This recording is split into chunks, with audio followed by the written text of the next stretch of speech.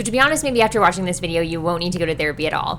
Hello, and welcome back to my channel. My name is Catherine, and I am the founder of Anja Health. We help pregnant parents free stem cells from their umbilical cords and placenta. But today I'm going to be taking a more personal turn. I've been in therapy for 5 years, so I wanted to go through all of the lessons that I've learned in therapy. I was telling my therapist yesterday about growing this YouTube channel, and she was telling me about different articles that she's read recently, and I was like, you know what? I've learned so much in therapy, I might as well make a video about the best lessons that I've learned in therapy throughout the past 5 years that I've been in therapy. I hope I gotcha with my first sentence in this video, my initial hook, but I actually think that having an in-person real therapist, not an AI therapist, is the best thing that you can do for yourself. And unfortunately, I think the best therapists typically don't take insurance. But I just think it's interesting that literally probably 80% of my female friends see a therapist, and I only have one male friend that sees a therapist. And most guys, I feel like, churn out of therapy pretty quickly. Obviously comes with a bias because my sample size is small, but I do think that therapy is really important for everyone and should be a good core part of self-improvement. And I think it'll bring harmony to how you interact with others in the world and also harmony to yourself. So I started therapy in 2020, at the end of 2020. And I started it because I had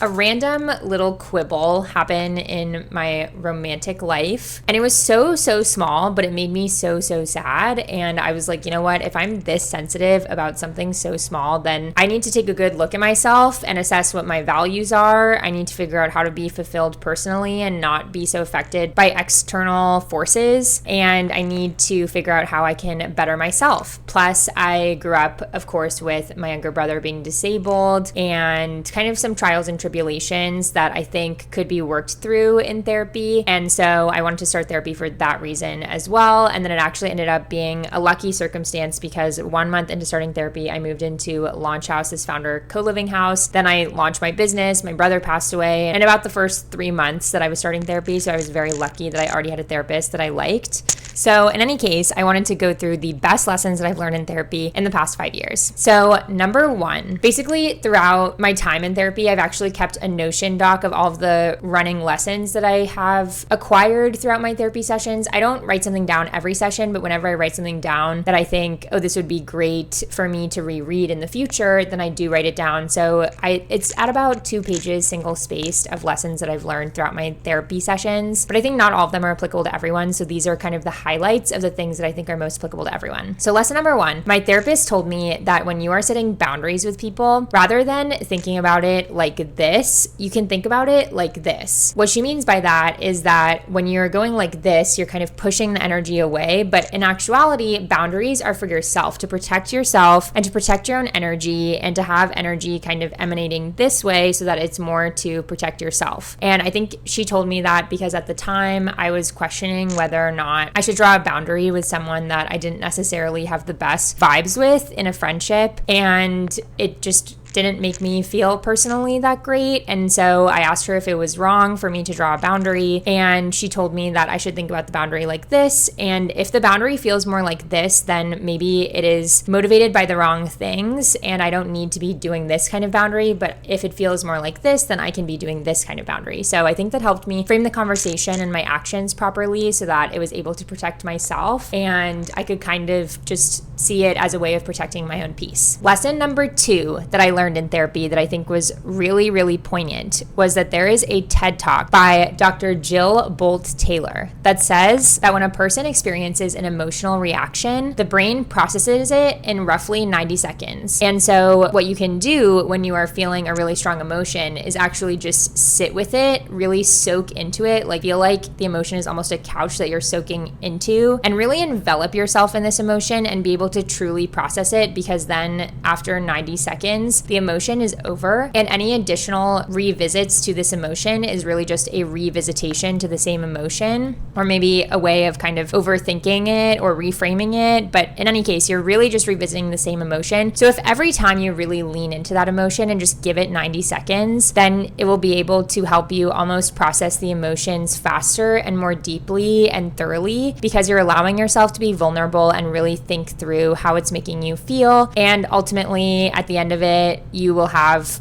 processed it more efficiently than if you just kind of started distracting yourself immediately and doing other things. And so my therapist told me this when I was feeling really, really devastated by something small that happened in my life. And I kept telling her that I was feeling kind of guilty for letting myself feel sad about it. I think that's a frequent pattern actually in my life. Now that I'm talking about it, like I think I usually feel guilty when I feel sad about things because to me, sadness feels kind of like a waste of time. I think I lean very much on the T on the Myers-Briggs. So I'm very logical and don't like when I lead with feeling, and it makes me feel illogical when I lead with feeling, even though I know that's not true. And so I was really thinking, and so she was basically telling me that like the most logical way to think about processing your emotions is actually to really sit with it and like lean into the emotion, and then you can be more efficient about processing the emotion. So I thought that that was a really interesting concept, and it made me think like I should allow myself to feel the sadness when I feel it, and in that way I'll be able to process it more efficiently and come out on the other side. So my third biggest learning is that for me, I think a lot of what I do in life is motivated by the concept of power and influence, and because of that, I am really sensitive to perceived disrespect. So if I feel like someone is disrespecting me, I get very reactive and I start to feel offended and violated, and even if it's a really small thing. So for instance, I feel like it's interesting because in the workplace, I think I'm actually able to be very level-headed and I'm not that reactive when it comes to professional things. But when it comes to my personal life, like for instance, if I worry that a friend is mad at me, I get really, really sensitive about it, and I start to get very reactive in the sense that I'll like ask them a few times, like, are you mad at me? And I am kind of like that pigeon meme where the pigeon is like,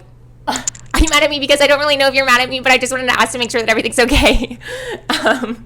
I get very sensitive in those moments, and also, if I feel like they're not going about helping me feel secure in the right way, then I might perceive that as disrespect, and the power imbalance almost feels off in the friendship. And if it feels unequal, then I get like very reactive and sensitive. And so I think that's something that I've really been working on, which is why I think stoicism is a trait that I've really been admiring in my friends, and one that I've been working towards, because I think it would be best if I could not be so reactive and just like take a step back and see the big picture, which often is that these little quibbles that I might have are not really that big of a deal. Next, a really good lesson that I learned in therapy was around communication. So I think faulty communication happens when there are assumptions being made, and when one person doesn't feel heard, and when they are in actuality not being heard. Like I think there's a difference between not feeling heard and the other person legitimately not hearing you. Sometimes the other person might really understand you, but you might not feel heard. And so I think that those three facets of communication are really what deteriorate relationships,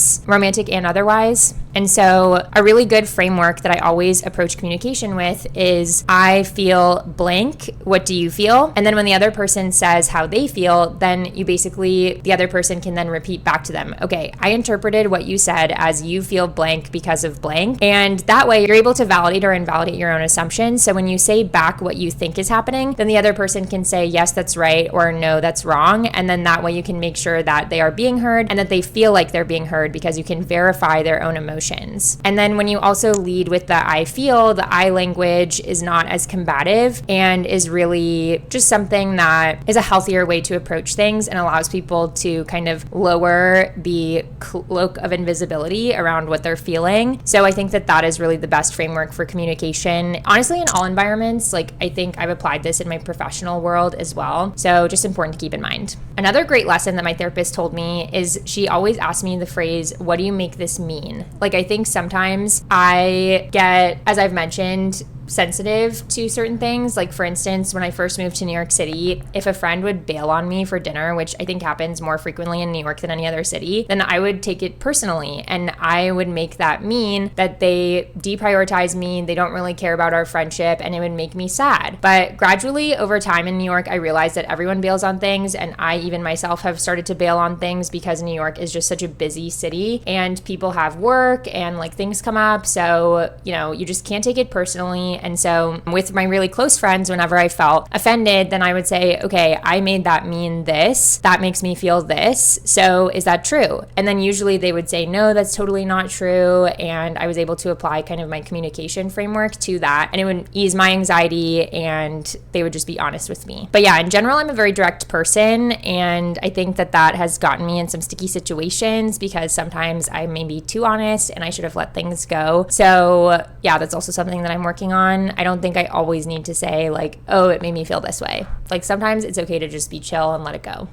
If you won't remember it in 5 years, don't give it more than 5 minutes. And then lastly, my therapist told me that some people are in your life for a reason and some are in your life for a season. And this made me really think about, like, if I feel sad about distance with someone or something like that, then I think about, okay, what's the reason that they were in my life? And I really try to practice gratitude. I have a 5-minute gratitude journal that I talk about in almost every single one of my confidence videos, because I really think that having gratitude in general is a really good way to reframe your thinking and to be really optimistic. And also, I'm Christian, so I feel like a good practice in like prayer, for instance, is practicing gratitude. So I feel like overall, if you can just like reframe your thinking to be one that's thankful and gratuitous, that can be really healthy for you. These are my lessons that I learned in therapy. I hope they're not basic lessons, but actually some new information for you. I am manifesting for you that you find a really good therapist that you like. I've been seeing the same therapist for 5 years, but she's been on maternity leave twice, which is like the bane of my existence when she goes on maternity leave, although I'm grateful that she's accomplishing her life goals. And I actually have had a good time with my maternity leave therapist too. Like, my therapist currently is a somatic therapist, so we focus more on like how my body feels in relation to my emotions, and I think that it's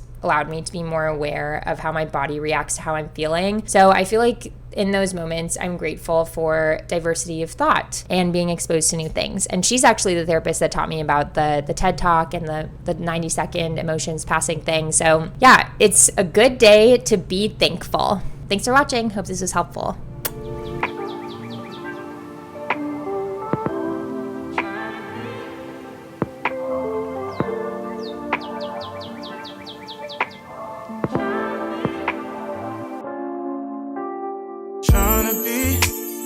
All that I can be for you.